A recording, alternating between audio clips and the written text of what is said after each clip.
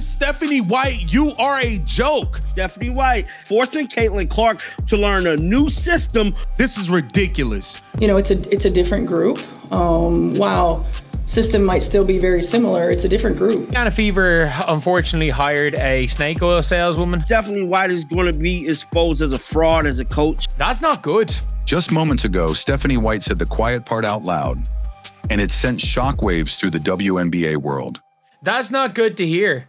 You can't come in here and try to change Caitlin Clark, the person. They don't want Caitlin Clark to do Caitlin Clark no more. Caitlin Clark, the most electrifying rookie in league history, is officially no longer the system. That's not speculation. That's not fan outrage. That's straight from the head coach's mouth. Stephanie White speaking about Caitlin Clark actually learning this new system. And me personally, I feel like she's forcing Caitlin Clark. And it changes everything. From the moment Clark was drafted, the plan was clear. Build around her, unleash her, let her revolutionize the game. But now, White is forcing her to learn a system that strips her of everything that made her unstoppable at Iowa. She's forcing her hand into making her learn this new offense. Listen to what she had to say. There's so many things that go into, and I'm talking about being happy personally. Like, I want her to be happy personally. I mean, there's so many things that go into it. You know, it's a different group. While system might still be very similar, it's a different group, and you know, things are happening quickly, and being able to mesh. Sometimes it works and sometimes it doesn't. I think we've seen that in. The pace is gone, the freedom is gone, and now the Fever's identity is slipping too. What Stephanie just revealed isn't just shocking, it's dangerous. Because if Caitlin Clark isn't the system anymore, then the whole system is broken. From day one, Caitlin Clark wasn't just a draft pick. She was the blueprint. Caitlin Clark is the needle. Caitlin Clark is the star. Everything else is wrapped around her, and everything else is revolving around her. She's Rookie of the Year in the WNBA. Caitlin Clark is the star player of the WNBA. A generational player with a skill set that screamed, "Build around me." The Indiana Fever made her the #1 overall pick, paraded her across media tours, and sold fans the dream of a fast, modern, up-tempo offense. She went on a complete media tour. Do everybody forget about the media tour Stephanie White had prior to the season? That would put the WNBA on fire. But now, Stephanie White has flipped that script. And in a moment that left fans stunned, she confirmed that Clark is no longer the centerpiece of the system. Is she wants them to turn into she wants them to be old WNBA. We're not going to peak too early, so I mean, that's a positive. But I think it's not an excuse. Everyone's playing a back-to-back. Let that sink in. The same player breaking viewership records, leading the team in assists, and electrifying arenas across the country is being slowly phased out of the offense. Stephanie White says she wants structure, that she's forcing Caitlin to learn the system. Fans is not happy with everything that has been transpiring with Caitlin Clark. We are stuck watching an elementary school offense because Stephanie White is in over her head. But what she's really doing is handcuffing the very player who was supposed to redefine this franchise.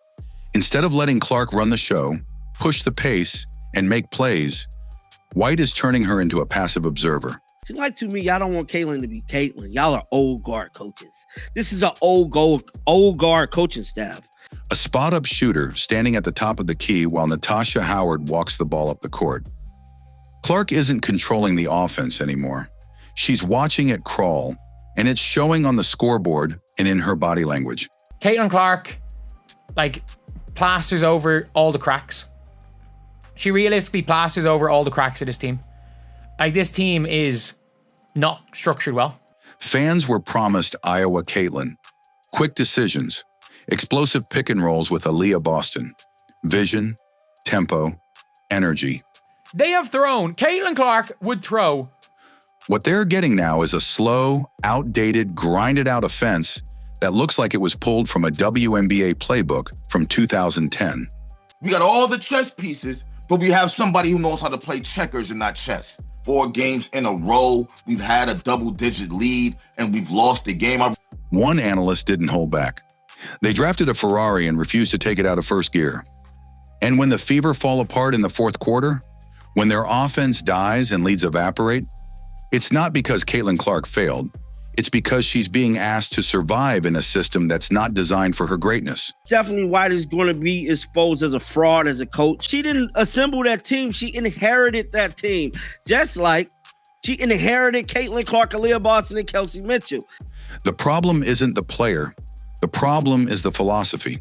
And if Stephanie White doesn't change it fast, this season and this superstar could be lost.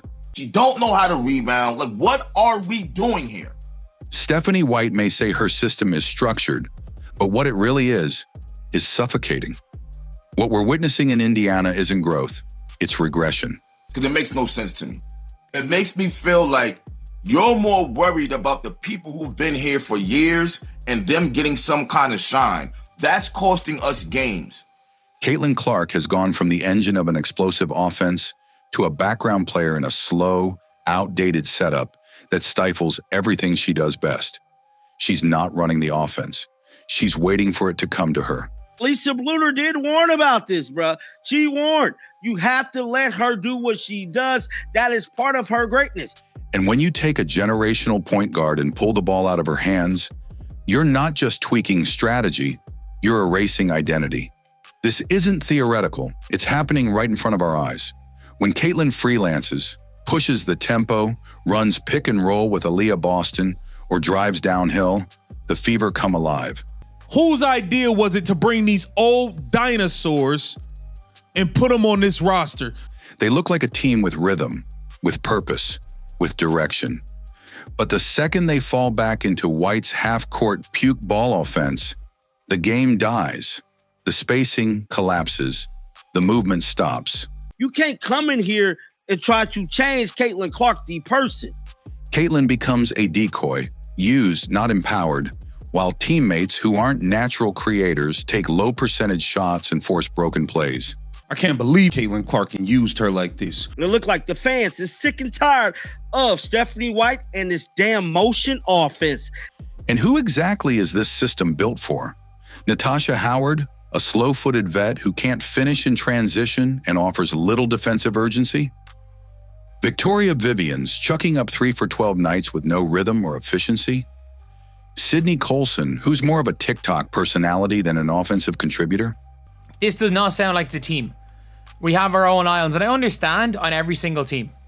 This locker room is split, and she uses the term different islands. Caitlin Clark is surrounded by players who don't complement her.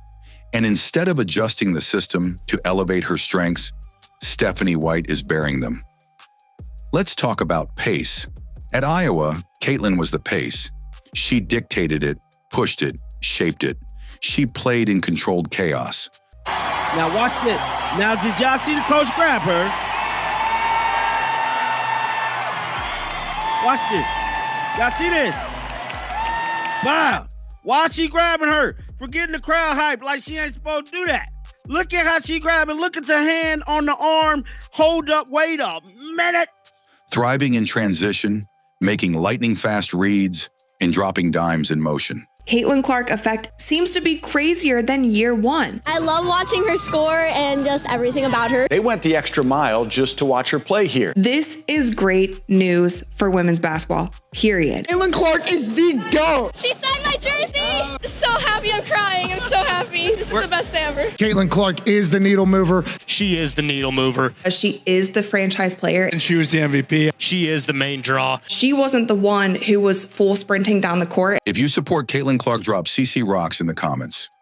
Now the Fever play some of the slowest basketball in the league. Possessions drag. The shot clock dwindles. The energy is gone. And every game feels like a tug of war against the very thing Caitlin does naturally, create. And it's not just Caitlin paying the price. It's the entire team. Anytime Caitlin Clark's been knocked to the ground, anytime Aaliyah Boston's been punked, anytime Lexi Hull's been beat up, Sophie Cunningham's been beat up, any more concern about somebody on the other team than from her own team. Opposing defenses no longer fear her the way they did weeks ago. Why? Because they know Stephanie White won't let her take over. They know the playbook slows her down. They know she's not allowed to run the show, and that's a problem that starts at the top. Guys, that's where the coaches earn their money. the ability to draw it up, the ability to get wide open looks when your team is inefficient from the field. By the way, they've been inefficient from the field a lot lately. White isn't just coaching like it's 2010. She's coaching for players from 2010. She's bringing the Connecticut Sun playbook into a new era and trying to force it onto a roster that doesn't fit. And Stephanie White, you are a joke. You're terrible. You are terrible. How many games do we have to go by until you change the damn starting lineup? And the results speak for themselves. Double-digit blown leads, stagnant offense, and a team that collapses under pressure.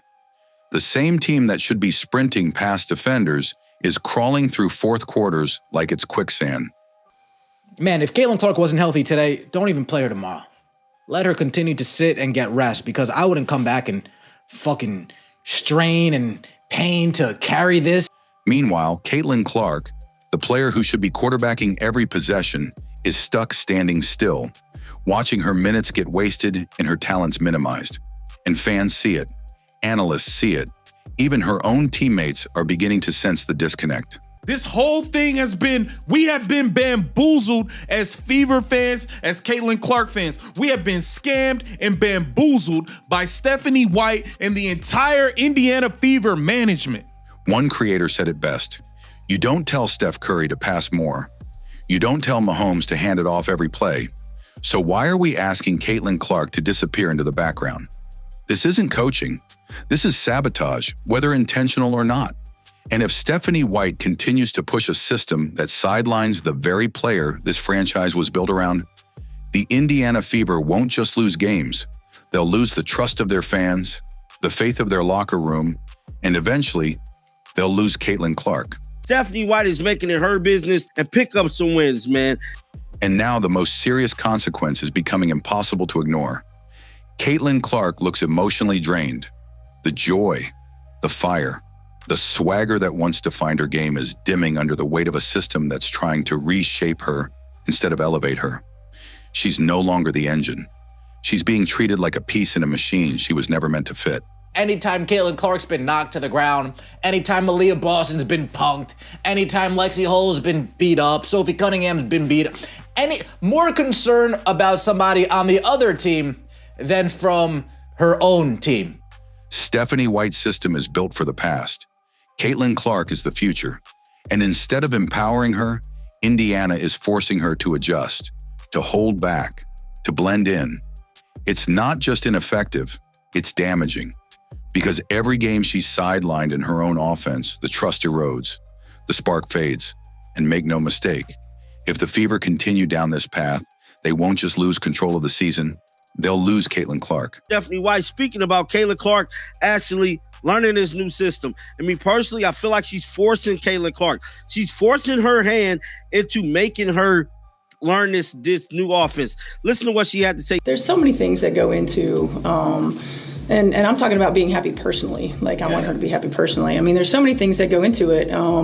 You know, it's a different group. While system might still be very similar, it's a different group, and you know, things are happening quickly, and being able to mesh. Sometimes it works and sometimes it doesn't. I think we've seen that And when that happens, the rebuild won't just start over. It might not recover at all. Stephanie White may think she's building a system, but what she's really doing is dismantling a future. Caitlin Clark isn't just another player. She's the most electric, transformative talent women's basketball has ever seen. Caitlin Clark is the needle mover. She is the needle mover. She is the franchise player. And she was the MVP. She is the main draw. She wasn't the one who was full sprinting down the court. Caitlin Clark is a rising star in women's basketball. She's pulling in crazy viewership numbers. She's my role model. I really look up to her. Why do you like Caitlin? She's so good at basketball. Because she's that awesome person, and she has like a lot of aura, so like. And instead of unleashing her, they're containing her. Instead of building around her, they're boxing her in. The offense is broken. The chemistry is off. The culture is collapsing. This isn't just a coaching misstep. It's a full-blown organizational failure. You don't draft a Ferrari and force it to drive like a tractor. You don't beg fans to buy into a new era and then ask the face of that era to stand in the corner and wait her turn. WNBA rumors suggest Caitlin Clark will be among the first stars making $1 million annually. The most notable of which is, y'all already know who, the needle mover, Caitlin Clark. So in 2024, she averaged 16.5 points per game, 4 assists, 5.5 rebounds. She shot 37% from the field and 31.8% from three. Now, if you look at her preseason in 2025, she only played 2 games in this preseason, and one was against that Brazilian national team. She played 21 minutes. She averaged 14.5 points, 6 assists, 6 rebounds. She shot 52.5% from the field and 50% from three-point range. Caitlin Clark isn't the problem. She's the solution. And if Indiana can't see that, if they keep pretending she's not the system, then they don't deserve her. So here's the truth. The clock is ticking. Because if they keep pushing Caitlin Clark to the sidelines, they won't just lose their games. They'll lose their identity, their fans, and the very future they were trusted to protect. Now watch this. Now, did y'all see the coach grab her? Watch this. Y'all see this? Wow. Why she grabbing her? For getting the crowd hype like she ain't supposed to do that. Look at how she grabbing. Look at the hand on the arm. Hold up, wait a minute. That's nice. And she was shooting the shit out of it. Of course she was. Right, so she was shooting the shit out of it. And she's the face of the league. Agreed. She's the face of the league. Agreed. Just have nothing but great things to say about who she is as a person. She's so welcoming and so warm as an individual that she can have a conversation with anybody. She's cut from the same cloth as me in that regard. You know what? Us Midwesterners, we tend to just, accept everybody with open arms. She was so kind to my family and everyone in the suite when she came to KC. So huge fans of Caitlin Clark. And as you can see, the team is kind of, going through a lot right now. And I think this is one more thing that is really shown, obviously, and is hung over this team with the personal reasons, the absences, and the lack of transparency on this. And it comes down to her not wanting to play. I kind of understand that lack of transparency, but still, they're walking into every game with that. They've got Seattle tonight. This hits right before that. So